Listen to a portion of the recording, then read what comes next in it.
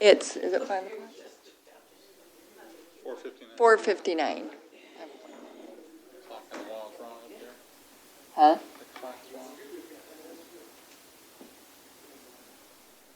Don't ask Elizabeth to change the clock. It might.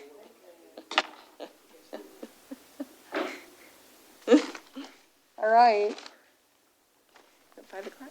Yeah. 5 o'clock somewhere in Ypsilanti Township. It's actually 5 o'clock, and it's a work session. We don't have anything scheduled for the work session other than to review the agenda.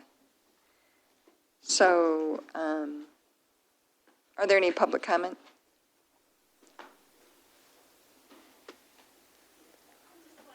Is that on, honey? Or, Ms. Kaiser? Is that on? Yes. Okay. I just wanted to say that the street sweeper has been down our street, and they did a fantastic job like they did last year. I only happened to notice that there was one this year. There could have been a second one, but I didn't see it. Last year, I think there were two, one following the other one, but they did a real good job. The DTE project? No, the regular street sweeper Oh, okay, I'm sorry. that does along the gutters. Yeah, he did a good job this time, okay. Yeah, last Very year and good. this year they We did will a good share that job. with them. Yes, please. Any other comments? Pardon me? Yes, who?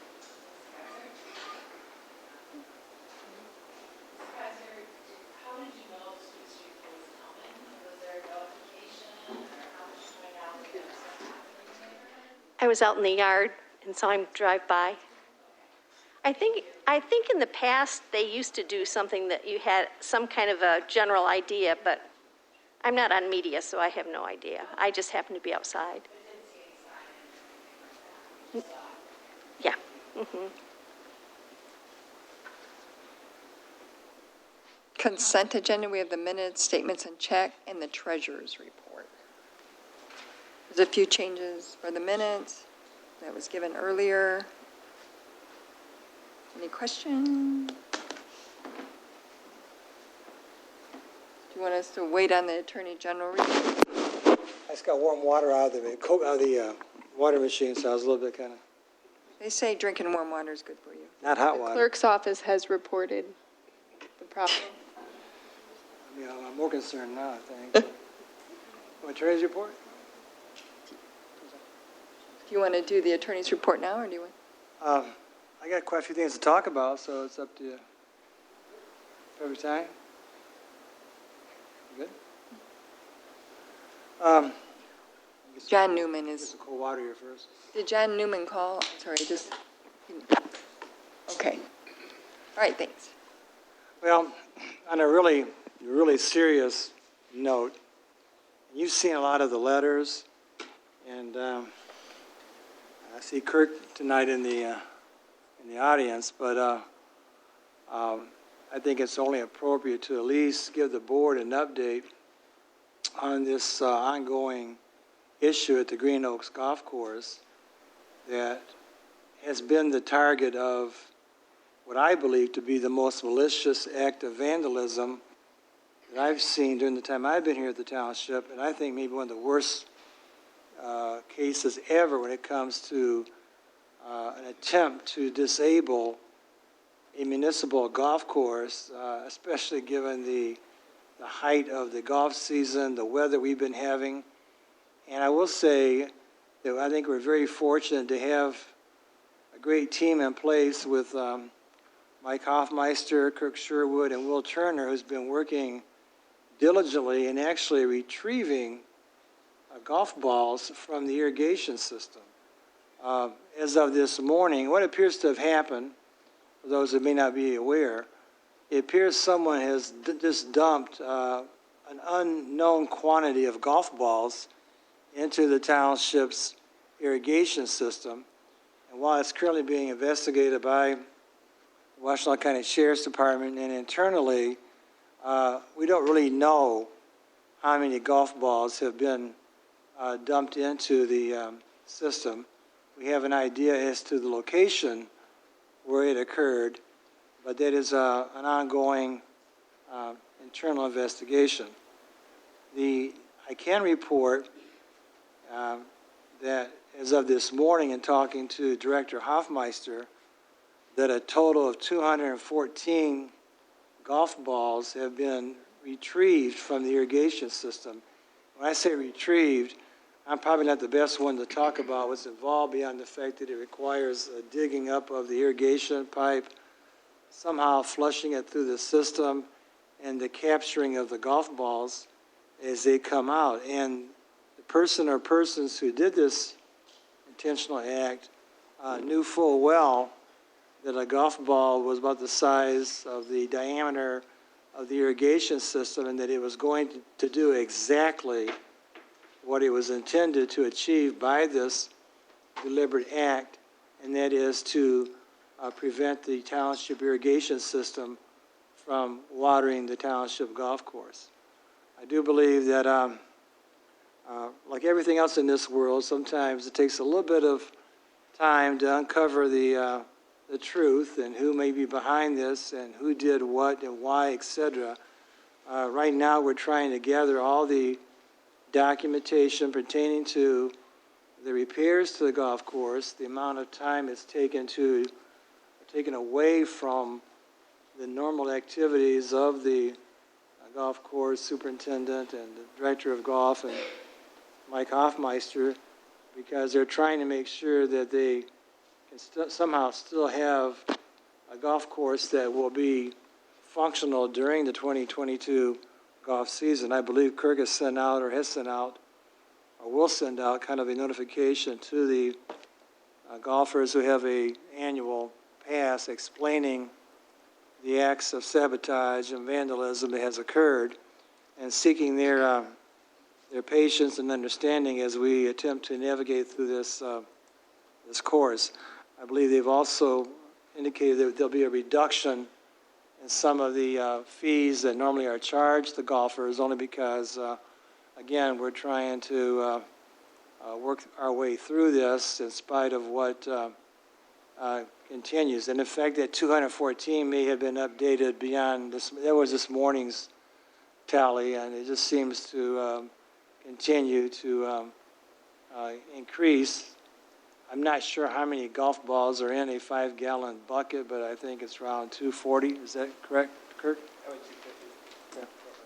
So we don't know if there's been one bucket, has there been 2 buckets, has there been 5 buckets? I don't think anybody knows for sure. And so, but it's obviously serious enough and criminal as well as civil, all types of things. But again, for those of us who have been around maybe for a number of years, the Greenhouse Golf Course is a special place in the township's history. It goes back to 1970 when the township became the owners of the golf course. The golf course itself sits on approximately, I think, 140 acres, over 100 acres of greens, and it sits right on the old Woolarun Village housing development, because that's where I was born. And in fact, the community center was the Foster School, which I also attended. So it's been a very, very important, integral part of the township's recreational platform. It's served generations of golfers. Many people have learned how to golf over the years. There was a time when the golf course was just bursting at the seams with league play, back at a time when the automotive factories had a lot of golf leagues, and a lot of celebrations took place at the Green Oaks Golf Course. So this was a very, very malicious act of vandalism that strikes right at the heart of the township's recreational agenda, and it's one that, and you may hear this from time to time, it comes down to accountability. Someone has to be held accountable for their actions. Being mad, being upset, whatever you want to refer to that as being, may be a human emotion or visceral reaction that all of us have felt at different times in our lives, but to carry whatever anger and directed to try and destroy a valuable asset such as a municipal golf course goes beyond the pale of anything that I think I can say I has witnessed over the last number of decades. And it's one that, again, someone has to be held accountable. I'm not really sure exactly as to what the final tally is going to be over there, but you've seen some of the pictures. There's been some other drone photographs that's showing the areas that's been negatively impacted by the extraordinary heat that we've had during the month of June and July. And it appears like it's going to be, we're going to go into the end of July the way it began, and we may go into August the way July began. And so we're not out of the woods, but again, my admiration to all the maintenance and the Township's professional staff at the Greenhouse Golf Course for doing a Herculean job in trying to maintain the operation of that golf course, because the last thing that we wanted to do was to have to close the golf course for this this golf season. Golf was probably, I think someone mentioned today, one of the few activities that was allowed to continue during the COVID years, and it means an awful lot to people to get outside even right now and be on a golf course and enjoy the challenges and the friendships and the just to be being outside and breathing nice air and looking at the sky and et cetera. But anyways, I'm still very, very upset with that situation, and be glad to answer any questions that I can openly, although there's some things I've shared with you in attorney-client privilege that probably I couldn't go into detail. But I think it's important for the board as a whole and the people that are here that you go on record as saying that this has been a very targeted and very intentional act. It wasn't an accident. You know, you may get one golf ball somehow clogged up. You might get a bird caught in something or something else happen, but you don't get 214 golf balls rattling around in irrigation pipelines. And I was, quite frankly, I was kind of taken aback as to how many, I don't know if you measured in miles, the grid of the irrigation system itself, it seems like it goes on forever underneath the golf course. I guess, I'm sorry? It's acres, like they do.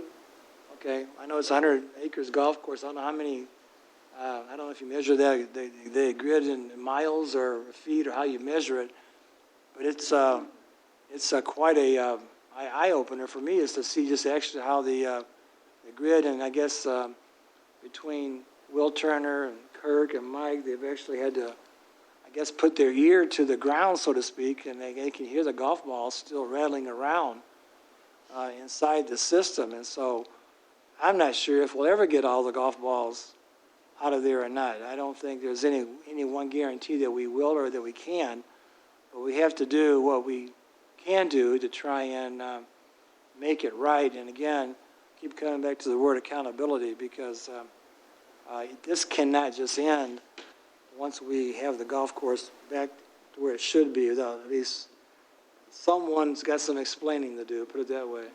And it may very be in the form of legal proceedings. I don't know where the criminal case could go, but it cannot just begin and end with the township dealing with this issue without, again, someone being held accountable. So I probably should stop there because I find I might be becoming redundant if I don't. But that's that update if you have any questions. Well, there's some pictures. We don't have the drone thing, but Facebook had some pretty bad pictures too on it. But I think the people who go there a lot are understanding. But this is absolutely the worst thing I've ever seen happen. So, I mean, you've been growing the golf course for what, 40-some years? And you're trying to preserve the greens. That's the most, right? I don't golf, so I don't even know what I'm talking about. I know it's what you hit in the little hole of the green. And then the fairways are the ones that's really taken the beating and lack of water. Is that correct? So I have talked to people who were in here paying their taxes, and they were so upset that it happened to the golf course. So I do hope we find hold someone accountable, whoever did it, because you don't do that. That's a major crime to me, a high dollar amount. And to grow it back is going to take years unless you do turf or something. It's just bad. So, I appreciate everything you guys are doing, and I hope the Sheriff's Department's really doing a thorough investigation. It had to be someone who knew what they were doing. And it entered the pump station through a crack, and then when they turned the water on, it went out, is my understanding. They repair it, put it back together, run the water, and then it won't work again, and they just have to keep finding these golf balls throughout the system, and we appreciate the patience of the patrons and the residents, and we've discounted the rates and do something about the yearly passes, but the damage to make it right is going to take years and years to fix, so. In fact, I believe, if I'm correct, I think that, I know Kirk's been with the township. How many years now, Kirk? This is my sixth. 6 years? I think Mike Hoffmeister's been here 2 or 3 years now, I think. I think Will Turner's been here less than 30 days. I think he started on June 20th. It was the start date, and it's kind of like, welcome to Green Oaks, my friend, because I don't think he was expecting to walk into this, and I know that Kirk and Mike, who have been there obviously longer, weren't expecting to see the golf season open in this manner, but again, they've done everything within their power to try and keep it going forward, and we'll keep the board apprised as to what comes out of the ongoing investigations. In regards to accountability, maybe it's the weather right now that makes me feel this kind of irritable, I don't know, but that next one, of course, has to do with the ongoing saga of Galt Village. And I want to at least surprise the board that Township Attorney Dennis McClain did talk with the court today in the hearing for the Galt Village, wherein we are seeking an order of demolition, or in the alternative, the township's right to demolish the property if so desired. It's still scheduled to be heard on August 5th at 1:30 p.m. He being Dennis McClain did confirm, and then talking with Judge Kunke's judicial assistant, this will be an in-person hearing so that people can attend the actual court hearing. It's on at 1:30 p.m. I think she still also has a Zoom link available if people choose not to attend. But that hearing is going to go forward on that date. We were notified late today sometime that the bank that at one time had their mortgage on the property has contacted us and advised us that they are in the process of actually discharging their lien on the property, which means that basically the township would be in a position of priority if down the road we had to take any type of action that would result in a judgment lien being placed on that property. But going back to the theme of accountability, and I know that Supervisor Stumbo remembers this very well, the day that the current owner 4 or 5 years ago came to a development team meeting and made all types of promises to the township administrative staff, township officials, to the township attorneys, made all kinds of promises to the Galt Village neighborhood as to how this is going to be a great turnaround success story. And anybody driving over there, I know the fire department is here for a different reason, but they've been inside that building. They know how dangerous it is. It's been deemed to be a dangerous and condemned structure by previous judges. This will be the third judge assigned to this case. It started out with Judge Schwartz, who retired It was then transferred over to Judge Archie Brown, who's now retired, and it's now been reassigned to Judge Kunke. So, but of course, the person who owns this property lives out of state. He's not from around here, and of course, the blight alone is very, very upsetting. It's having a negative impact upon that portion of the township and to the township as a whole. This is not exactly, you come down the expressway, you can see Gulf Village from the expressway. This is not who the township is or who we intend to be. And so, again, it's our goal to have, if at all possible, the court order to be demolished, or any alternative, at least give the township the right. It doesn't mean the township is obligating itself to do that, either financially or otherwise. It's just at some point in time, this building cannot stay in the condition that it is.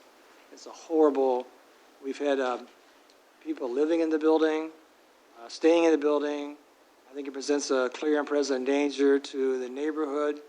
I think it does, like anything else, some abandoned building by itself becomes, by definition, an attractive nuisance where young children out of curiosity are going to be drawn to a building that is locked up or is not, or is unsecured, and at times is easy to get into.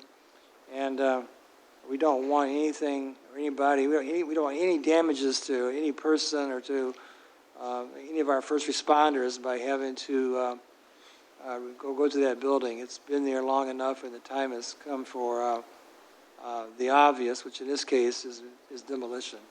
It's taken a while to get to this point, but we have to just double down on that efforts to have this building ordered to be demolished, and then at some point in time, we'll have to deal with how to accomplish that. But again, that hearing is scheduled for August the 5th at 1:30 before Judge Kunke, and I would encourage as many board members or the event matter staff, or anybody else to at least attend by Zoom or even by person, because I know how each of you feel about this case. I know how much effort's gone into the case by the zoning, the building, the first responders, the fire department, our office, and we're hoping to get the outcome that will allow the township to move forward, because I believe it also has a negative impact in some way upon the neighborhoods from a housing value standpoint. You go by there and see that mess over there, and that's all you can call it. It's an absolute blighted mess over there. So again, it's about holding the property owner accountable. I think the bank was named as a defendant, kind of saw the handwriting on the wall, so they threw up their hands, for whatever reason, decided to say, okay, we're discharging our mortgage, so you can't sue us. Okay, we understand that, but that doesn't take away from the hearing that's scheduled on August the 5th. Another topic that's been written quite a bit about, and probably will still be written about in the days and months, weeks ahead, is the former Wool Run High School, and specifically the business inside that high school that we all refer to as Play at the Cage, which is basically a minor league baseball training facility that went into the former Wool Run High School without zoning authorization or zoning approval, and has expanded throughout that portion of the former high school. I actually toured that building last week with the fire department, and I don't think I've written a more difficult letter than what I wrote to the board, explaining that it was a very, very gut-wrenching tour because, for a lot of reasons. If you step back a moment in time, and the taxpayers who formerly were part of the Wool Run School District, Stan knows this firsthand, the residents or taxpayers in the former Wool Run School District continue to pay the normal millages that are going to go to the Ypsi School District today, and they also pay an additional 8 mills on top of that to retire the bonds that were sold to make the Woolren High School what it became, and other improvements to other school buildings in the former Woolren School District. And a lot of those buildings in the former Woolren School District have been either demolished. Thurston's gone. Kettering's gone. Some of the other schools that were not in Kaiser was sold without being fire suppressed. We had to basically make that happen. Artist School, which may not be in the Woolren School District, but is part of the township, that was also sold, like, in a very, very, like a fire sale. And so what is going on at this high school? So when going over there and going through that building, the pictures I show you really do not do it justice, because until you go through and do a tour, you don't really grasp the gravity of what's happening inside that school. And when I use the word cannibalized, that's my word. I use that word because it has been somewhat cannibalized into turning the gym into a baseball diamond. You got nets all over the place. You got betting cages. You got all kinds of things going on the first floor. Second floor, betting cages, all kinds of things going on. And the irony of it is, right now, there's a lot of ironies, but one irony is that the Woolren taxpayers continue to pay a super millage rate, a differential millage rate on bonds for a school that's being used or leased to a for-profit business entity. When I say for-profit, it's just that, it's for profit. Because the kids that actually go to this baseball training camp, training facility, it's not something that you go to because it's a free thing to go to. I've been told there's a certain price that may range from $3,000 to $6,000 per child, depending on what level of training they wish to sign up for. So many of the parents who are paying the extra 8 mills for these bonds for a school find themselves in a position where they had a child that wanted to play baseball over there or learn how to play baseball or train to become a better player, probably would be hard-pressed to afford to send their child to the very school that their taxpayer dollars are being used to pay off the bonds on a school that doesn't really exist. Now, what's wrong with that picture? I know that Supervisor Stumbo, as well as Stan and Heather, have labored, reached out for years to the school board, as well as to even the people in Lansing, like, you got to do something to get rid of this extra burden of taxation that's on the backs of the former residents who reside in the former Woolren School District. It's simply not fair for them to continue to be assessed that level of taxation on a property that has not been, it's not being used or repurposed as an educational facility. And,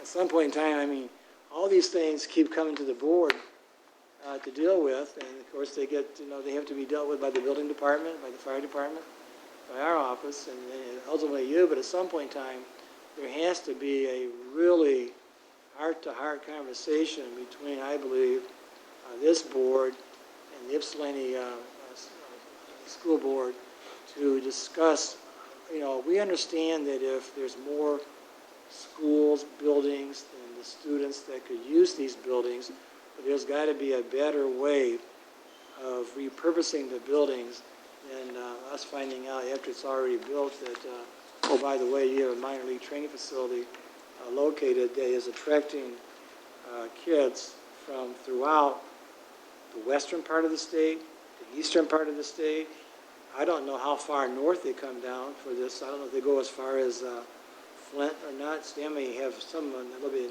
more knowledge because he knows more about that type of training that the kids go through, but I know they come from all over. And I saw the photographs inside the facility myself of certain kids that have gone on to Major League Baseball contracts because of their training at Play the Cage. That's a good thing, but it's not something that can occur here.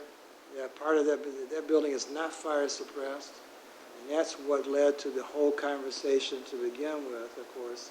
And then, of course, the zoning issue is now at the forefront. And after seeing it firsthand myself, I'm of the opinion there's absolutely no way that school could lease out the remainder of the portion that's not being used by Play at the Cage, because they use both the first and portions of the first and second floor back and forth, up and down the stairs. I don't know how they would ever lease out. And when I say lease out, and Debbie would probably know this more better than I would, there's dozens of classrooms over there that are totally not being utilized, that are just sitting there.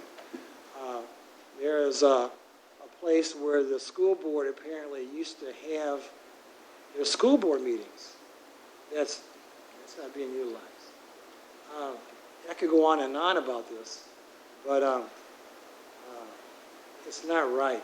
It's not right to the taxpayers of the Woodland School District. It's not right to the township. It's not right on any level for us to deal with this issue. And yet, I think, again, if we're not going to deal with it, who is? So those are just three of many different things that are going on simultaneously, and sometimes you really have to figure out, I think what all of us struggle with, and what I really struggle with is time management. How do you manage your time? Because, do you deal with the irrigation? Do you deal with Play at the Cage? Do you deal with Golf Village? Do you deal with negotiations? Do you deal with arbitration? So there's a lot of things going on simultaneously at any given moment. And so all I can say is right now is that we've got a great team in place that makes a lot of these issues more palatable. But at the same time, I do believe if we do get back to a real, true, normal come the end of this summer, that we have to have that the board has to have that conversation with YCS, because what's going on over there at the school is going to have to come to a head pretty quickly. And I don't believe we can continue the way that it is. So those are, again, accountability. Someone has to be held accountable for allowing that to occur over there. And so those are the three topics that normally I would not go into much detail as I did maybe tonight, but since you had a little bit more time tonight on the work session agenda, I thought tonight would be a good time maybe to give you more detail. Yeah. If you have any questions, I'll answer those, or if I can't answer those, I'll put them in a letter right where I can answer those. Are there any questions on the update?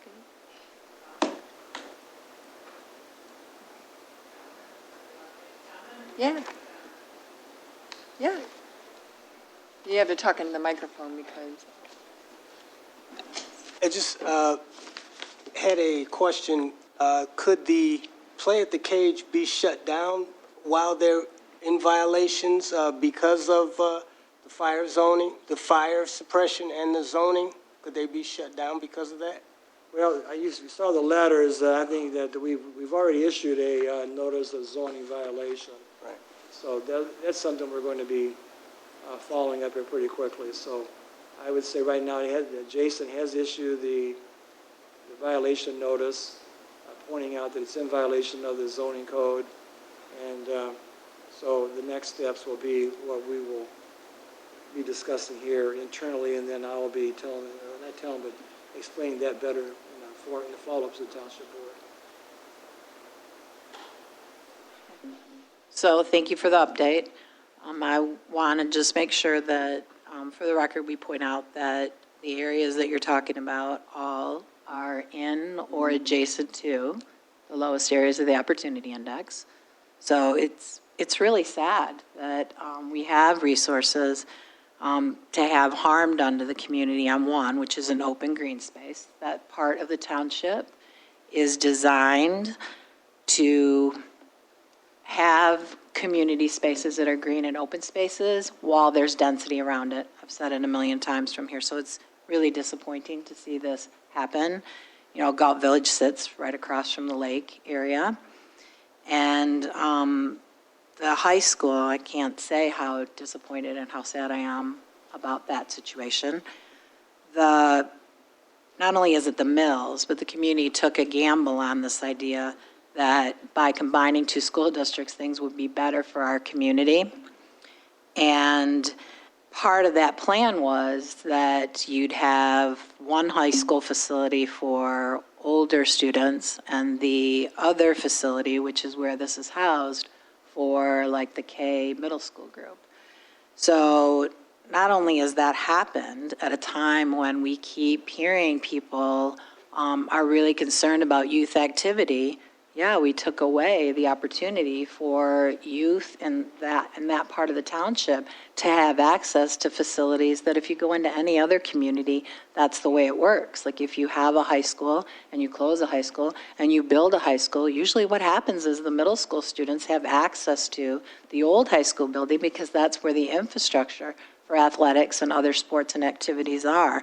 So not only are they paying a higher mill, but nobody followed up on, did we do what we said we were going to do and make sure that children had access to things? And it's just disheartening because if you go and look at what middle school students have as far as facilities and infrastructure available to them on site where they're currently sitting and moving, they don't have access to a pool. They don't have, and the reason is like decision-making and policy. So when people talk about why the opportunity index looks the way it is or how we're going to fix it, and they talk about the importance of policies, like there's policy decisions that led to that happening, and it's hurting people. Like every single one of these situations are hurting people in places where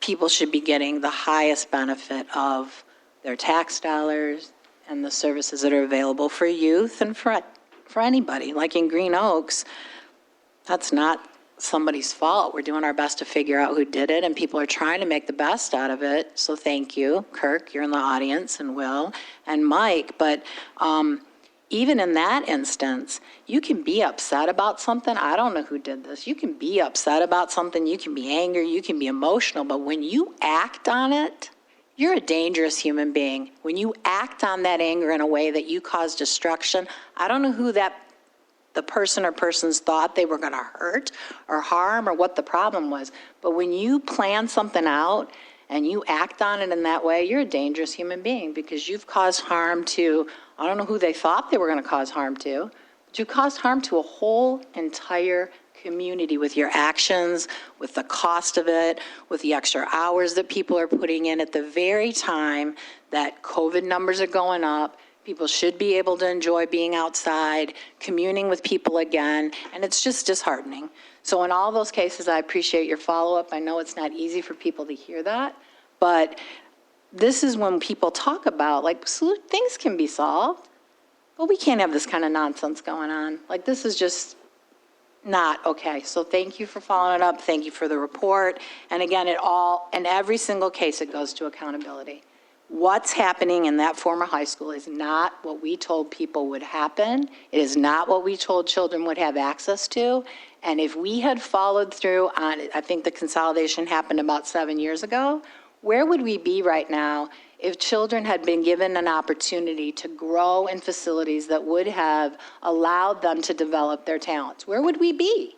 We're talking about a whole, like, kindergarten through middle school at that point when you've got 7 years of time to develop things, and it houses a lot of people. The middle school side alone houses 800 spaces. There are 800 lockers and classrooms and a beautiful library and a health center that was developed. There are 2 gyms on that side, 3 gyms, I think, on the other side. There's a full pool, probably the nicest pool that you have in the Ypsilanti area on that town, on that part of town.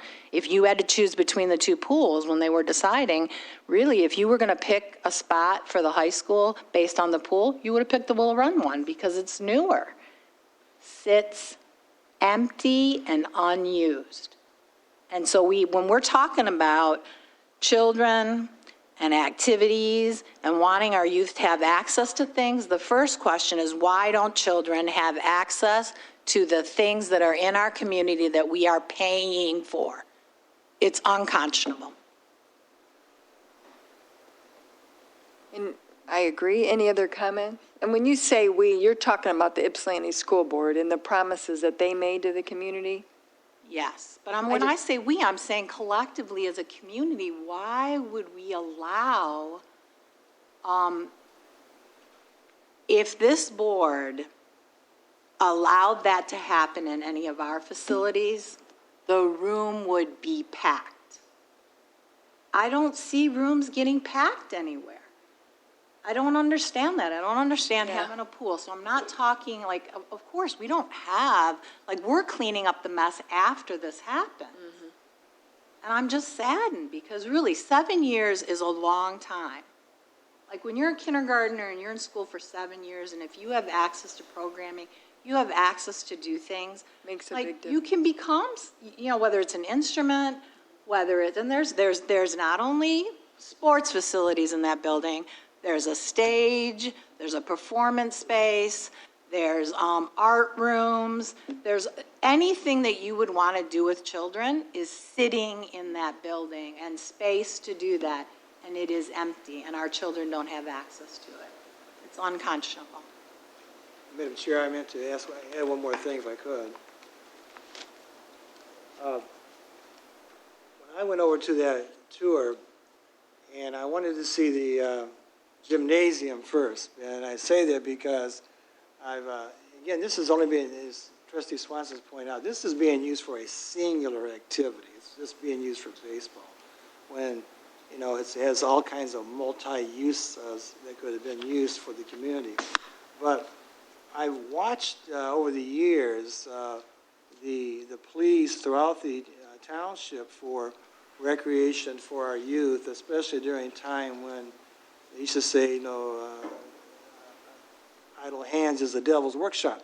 And the point I'm making right now is that when I stood there at the gymnasium, and you get certain flashbacks, and I've said this before to Trustee Wilson because I went to school with his dad, and we liked to play basketball. I didn't play as much as some other people did, but at the same time, we all enjoyed playing basketball. But you've taken a gymnasium. They had multiple basketball courts there, and you've covered it up with some kind of turf. This can only be used for, baseball.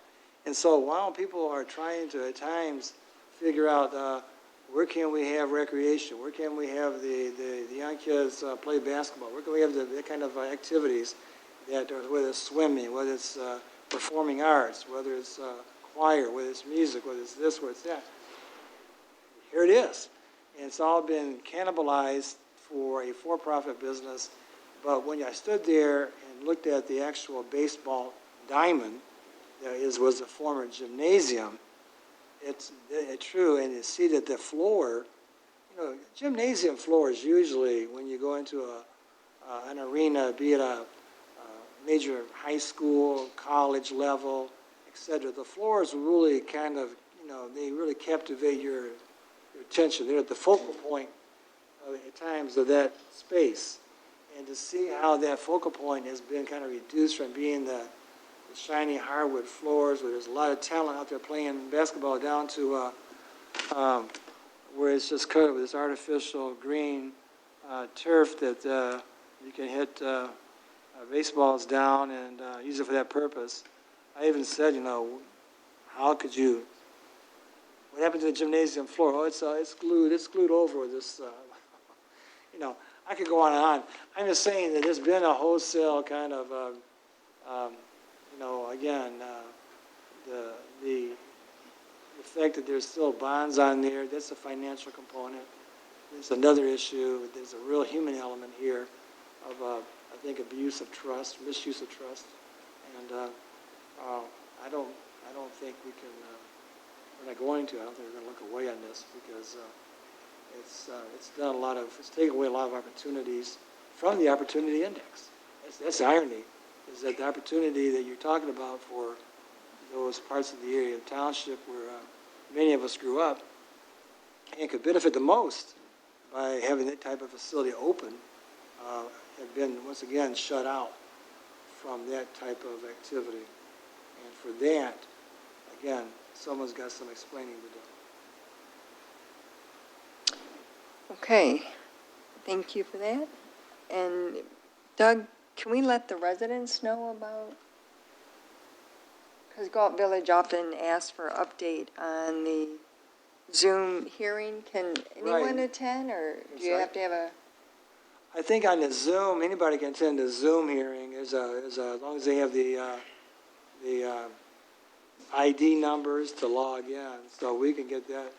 I don't know if that's a good idea, but I Be think our available. residents in that area would love I to think hear what's going on. I think they should be informed of what, I think even if the township on their own webpage just posted, as I think they mentioned about having the hearing scheduled on August the 5th, seeking a demolition order, some kind of, on your webpage, their website, you could, maybe Becky could do something like that too. Okay, so if they want, all right.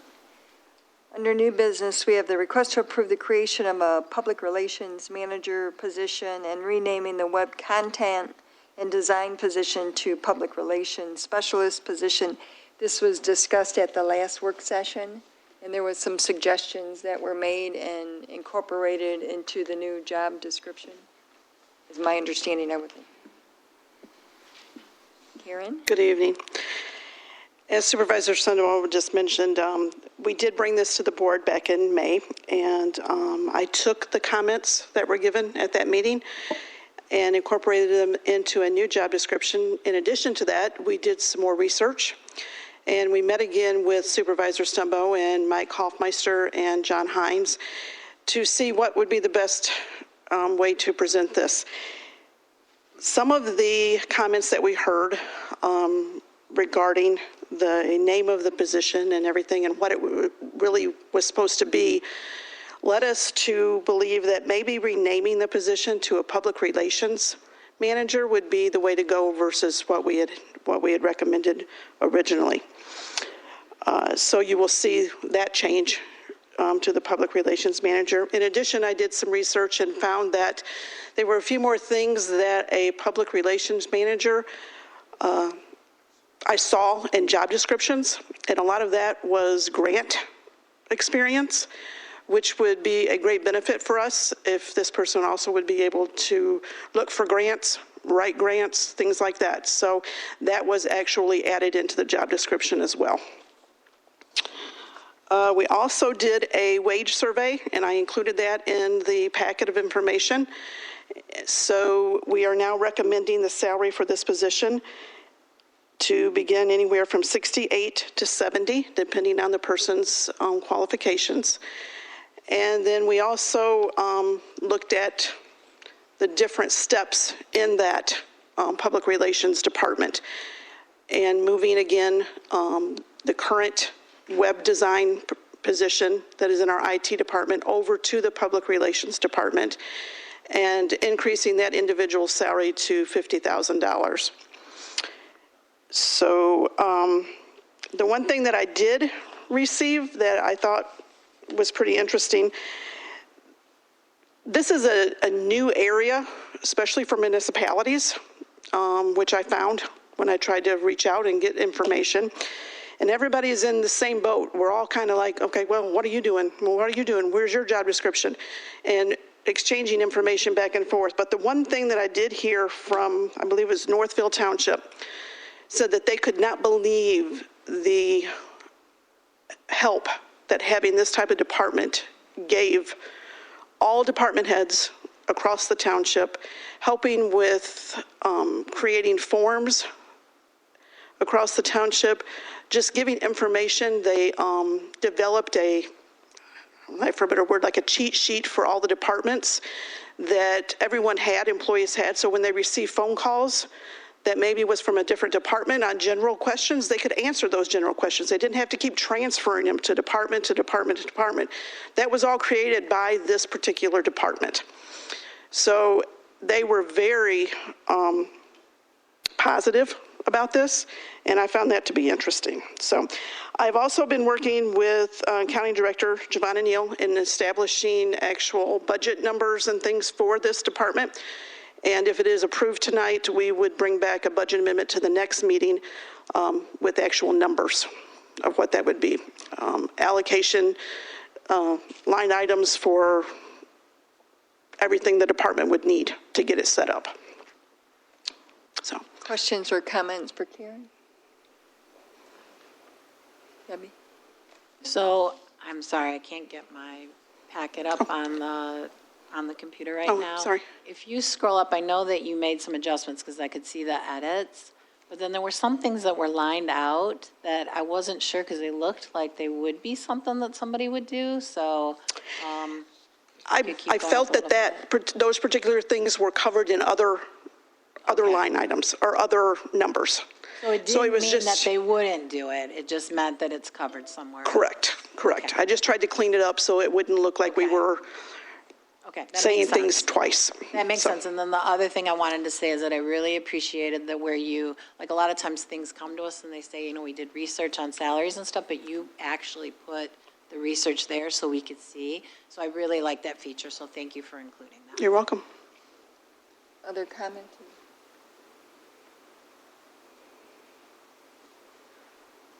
Well, we did have a very good work session on it and changed a lot that was in there and made it public relations, but it's really getting all the information out to the residents too, and taking all the department's information and allow our residents to know, because street sweeping is one, although the road commission only gives us a week notice, and the only way we can get it out is to put it on the web. But they can review all of the things that we do for the rec brochure and, have a message that's consistent for each department to give out. Correct. And I do think it helps communities when you're communicating with the residents and providing the same information. That's the key, because you can ask 3 different departments. You might get 3 different answers on, how to handle it. And one of the issues that came out at one of the neighborhood watch meetings was using the park and the process for using the park. And so I was trying to figure out that process myself and going to the website. It was a lot. And I work here to try to get all the details on the processes for doing that. And it would be good to help the residents with that and the employees and everyone else. So I do know a lot of communities are hiring for these positions now, and it does help tremendously. So I know we've talked about it. How many years? Like it for a while. I know Jimmy and Stan and I, Heather, did we talk about it? Yeah, we've been talking about it for a while. So thanks for moving it forward. And I know Mike Hoffmeister too, and John Hines was really hoping to get a department so that the web and this person can work together and really communicate clearly with the community and with the employees. So I think it's a good idea. Sorry it took so long, but good job, and thanks for the information, Karen. Sure. Are there any other questions on that? No? You guys are good? All right. There's a request to authorize circuit court litigation for public nuisances at 5970 Bridge Road and 8 June Street, which is budgeted. Do you want to talk about that at the board meeting, or do you want to talk about it? Because we do have other. Either way, I'm okay. Okay, maybe we can come back to that and let the, do you mind if we do that? And we'll come back to it. There's budget amendment number 10, and that's, has to do with one of the things under authorizations and bid. So we're going to, Municode, we updated the planning, master plan, and we changed ordinances that went with that in our zoning ordinance. So the additional cost is $5,000 because it was a major update on Municode, which is codification, and they put it on the internet and people can easily search it that way. We also missed 2 employees for the appreciation bonus that we gave people, so we're amending the budget to include that. And then it was $250 on a road bond. This is the last year of paying that bond. So we'll start looking at other road projects, and we pay, it was $600,000 a year was that payment, but there's a $250 payment in that budget, and we didn't budget for it, so we have to do a line item and actually put money into that budget. There's the fire pension and OPEB millage fund. There was $8,972 collected, and they want to apply that. We would like to apply that like we did last year to the pension, fire pension debt. There's a request to increase the budget for $75,000 for the repair of the parking lot at Hewitt Road Fire Station. And it's also a request, which we don't have the contract yet, that'll come back, for OHM for the repair or the construction engineering over that. So that'll come back to the board. Seems a little high, so we want to get clarity on that. But the budget amendment's going to be needed in order to do that. There's a recreation fund, and again, it's just an amendment on the employee appreciation. We did 1,000 for full-time and 500 for part-time, and we missed one there. Then there was a request to increase the budget for contributions received and expended for the Rosie event. This will be funded by a contribution and a donation. So everyone, that's this Saturday at North Bay Park. And then there's a request to increase the budget for 50 and beyond trips. We collected fees from participants, and they're paying for it, so it's kind of like a pass-through. 14B District Court had a PTO payout, and the Law Enforcement Fund, again, is adjusting for the employee appreciation amount, and that's what the budget amendments are for. I do know that we're going to have to do a budget amendment for gas. So what we budgeted for gasoline in at least one department, the ordinance department, at 6 months is over. So we're going to have to come back and do all the budget amendments unless there's additional funds, but it's major out of whack. So we'll address that then. Are there any questions on the budget amendment? Then we're, that authorization and bids, request to award the low bid and approve the contract with Doan Construction in the amount of $202,000. Where's the chief? Did he leave? He went up for notes. Okay. Okay. So there were, I think, 4 bids. There were 4 bids for this project, and Doan Construction was the lowest qualified bid for $183,026, and they always do a contingency in case they get into the project and find something they didn't anticipate. So the total amount is $202,000. There's an agreement, and Mr. Winters has reviewed the agreement. Yeah, I actually reviewed it back in June. There's still a number of actual Checklist that will item. need to be filed and the contract completed. The one in the book, I think, is just the draft at the time. So there'll be all the certificates of insurance. Everything has to be submitted before it could be signed by yourself and Clerk Rowe, but it's otherwise Proper. in proper form. Okay. I think the bid, something is in here, the bond, but we'll go through the checklist and make sure before the contracts are signed. There's a bid bond, but what we need now are the other bonds, the labor and material, the performance bond, the maintenance and guarantee bond, all the things that we normally require in a contract of this nature. Insurance, and, Right. okay. So it's contingent upon all those items being addressed. Any questions on, this is for construction of the Hewitt Road for the redoing of the pavement on the parking lot area. Yeah. I'll try to answer any questions on that. The next one is to request to award the bid and approve the purchase agreement for the 2 Spartan Star Series pumpers to CSI Emergency Apparatus in the amount of $1,898,549. So they'll pay for that once it is, which might be 18 months for the fire trucks to actually. Can you go to the microphone, please? I'm sorry. I can't hear anyone.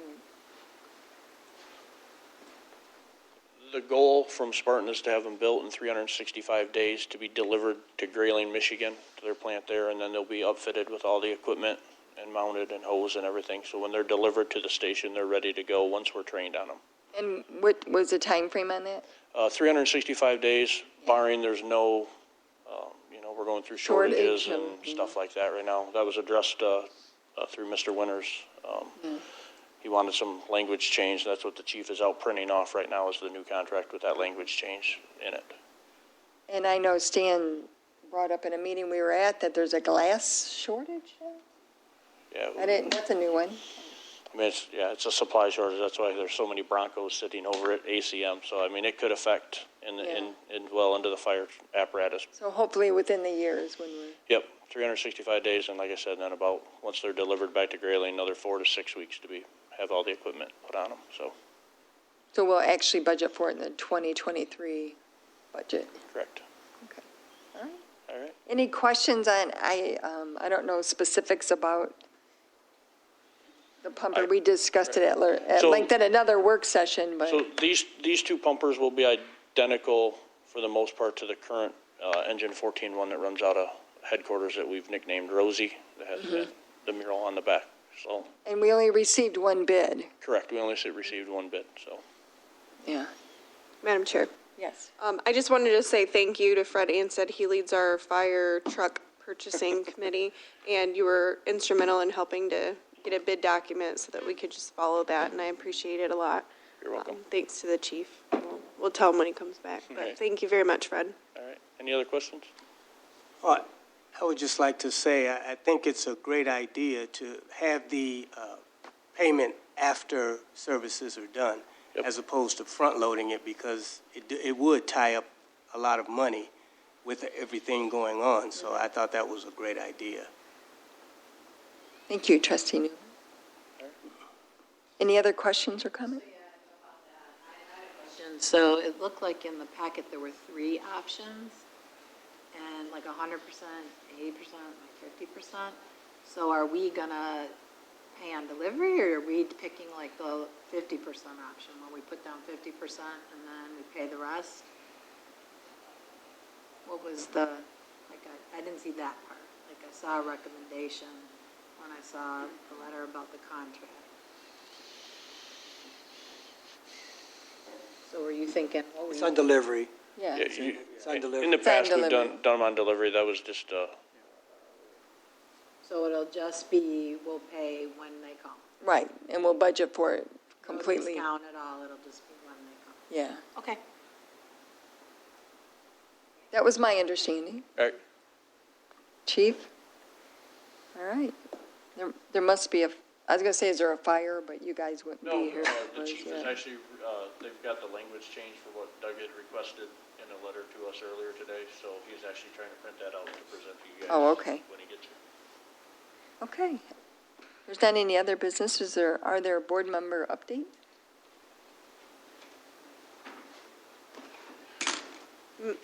Madam Chair, I can provide everyone with a ARPA committee update if you would like. Just 1 second here. Just a brief little update. Our committee of Debbie, Trustee Swanson, Trustee Peterson, and myself continue to meet and hope to meet in the next couple of weeks before our August election and board meeting as well. But as the ARPA committee continues to meet, we've started to notice just some general themes of the requests and areas of possible focus that we might like to direct our attention to with the funds. And some of those areas are health, wellness, and safety, community gathering spaces, infrastructure improvements and upgrades, green thinking and energy efficiency, and sustainability. We'll continue to meet again, as I said, and bring back some recommendations in the coming months. Okay. We're also distributing test kits and masks through the treasurer's office, and at the community center, so residents, the numbers are starting to go up. September is supposed to come back kind of with a vengeance, those are my words, so don't. So we hope to meet with the Washoe County Health Department and figure out, what their strategy is on it, and for vaccinations, testing. So I think we handed out all of our, I don't know at the community center, but I know here, are we out? There was 6 left, they said. One back of test kits. So, I mean, it was, people want them, and we're handing it to them and giving them the K95 masks as well for children and for adults, just so we can prepare for the virus to come back, it's just a different form. So we are going to be meeting with the health department and Greg Dill I think it's next week or the week after, to discuss some of these issues, so we can hopefully not be flat-footed and be a little bit ahead of what we were last year. And the Jazz Festival is rained for 3 nights, but the music was unbelievable. The talent, the sound, the crowd, they still had. I know Debbie and John, you came to one, Debbie and Gloria and Heather, and I volunteered, and John and Mike, and I mean, it had overflow parking this time, even in the rain. But our board should go, hopefully, and our employees will hear this jazz festival. I mean, I've never heard smooth jazz, and it was amazing talent, and the joy it brings to people listening to it, and it's just a really good event. And it's not supposed to rain this Friday, and John Lawrence is performing. I was praying for rain for the golf course, so I hope, maybe there was a little miscommunication, so we're trying to have rain, Sunday, Monday, Tuesday, Wednesday, but anyways, and John Lawrence is an amazing performer as well. I really hope that more people from the township employees, the township board, and the community come out, but there was over 300 cars, so there's 600 or 700, 800 people there in the rain.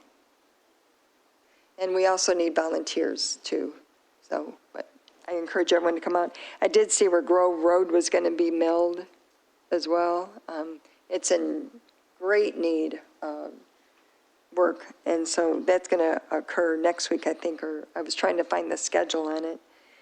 There's a children's healing center that wants to locate off of Huron Street next to the glass building, the black glass building, and next between that and the police station. And what they do is that it's a safe place for children with cancer to go.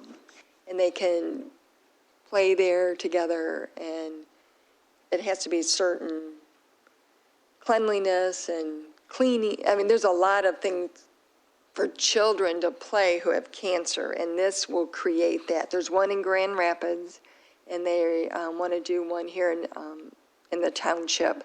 So as we get more information on that, we'll provide it, but that's really exciting to think about that occurring. So from a development standpoint, that's the only thing I can think of that's on our agenda. There's a hotel as well that is in the process of, located off of Huron Street. The cement mixing facility is in progress, and have hired local people to work, and they did job training with CDLs, and you talk about a good job, that's a good job, and they work with Michigan Works to try to get people certified with the CDL, so that was a good thing. And I did mention the issue in the parks. There seems to be a lot of nonprofits kind of pop up, and we're trying to make it easier for people to go through a process, but there has to be a process. Some of the neighborhood parks are now having events, and we normally don't schedule them in neighborhood events, but unless they do have to come through the park commission to do that. They can waive the fee if it's a nonprofit. So it's just a matter of communicating the process to the people who want to use it, because we want them to use our parks, but we also need to make sure that it goes through the process for the park commission. And I know that was brought up at the neighborhood watch meeting in West Willow. So I'm still trying to help with that situation and get some information. I do feel very bad that Robin Hines, who helps with the neighborhood watch, really took a licking at the meeting, is what I heard. That she was very, she was yelled at, actually, and that never happens, really. So I want to try to fix that to make sure that everyone knows what the process is. And if you guys, Jimmy, and if you know people that want to do this, we'll get the process to go through, and they just can't show up at the park. We can do it, but it has to go through the park commission. And we can waive fees. I think that's what's important, because the activities are good. And it's good to have the parks used. We just have to go through that process. So we'll get there. I promise we'll get there as soon as I get more information on what happened with that gentleman, the farmer's market. And I just have to find out. But I'll call him, and I did call Joanne, and I reached out to her today and left her a message that we will follow up and make it, get it right. So It has been I don't know, philosophy, I don't know what the right term would be, that when we have community-based parks that are larger, and they have more space, they have more parking, they have pavilions, they have restrooms, and so when you're going to host a larger event, scheduling it in and they're scattered around, hosting it there allows for those things to already be in place. If an event gets larger in a neighborhood, they don't have access to parking, because the intent behind the neighborhood parks is that people walk in. And restroom facilities, because the idea is that people are going home, they're coming back. So there is a process, and it's easy to follow and go through. And if there isn't enough time, like recreation can work well with, they work well with the park commission. So the other problem is we've got so many things going on that you could have multiple people thinking they're using a park. And then what happens then?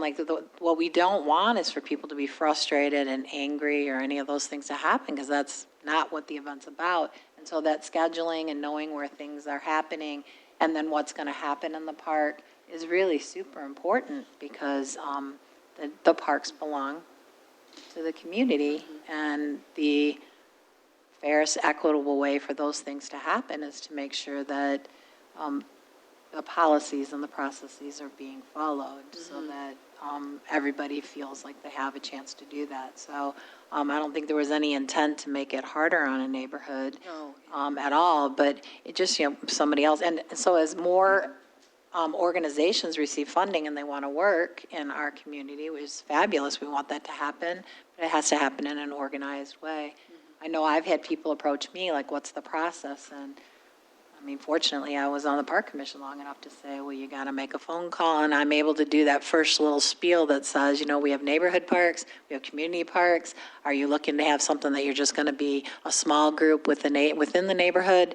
If you want to do something larger, where you think you're going to need a restroom, then you probably want to put that, or if you're trying to draw from multiple neighborhoods, then you might want to put that in a community park. So Gloria served on the park commission, you kind of know that too. So it probably helps. I mean, we're probably the people who are most likely for somebody to say, hey, I'd like to do this. And so just those two things can really probably decrease some of the frustration so that people feel like they have access to their parks and that there's a process that anybody could go through that would be fair. So thank you, John, for cleaning up some things. And then the other thing is for people to understand we are short-staffed. So any little bit of that taking off makes it harder on staff, and that's the last thing we would ever want to do, because our staff is dedicated and working really hard for the community, and so we don't want to do anything that's going to make it harder.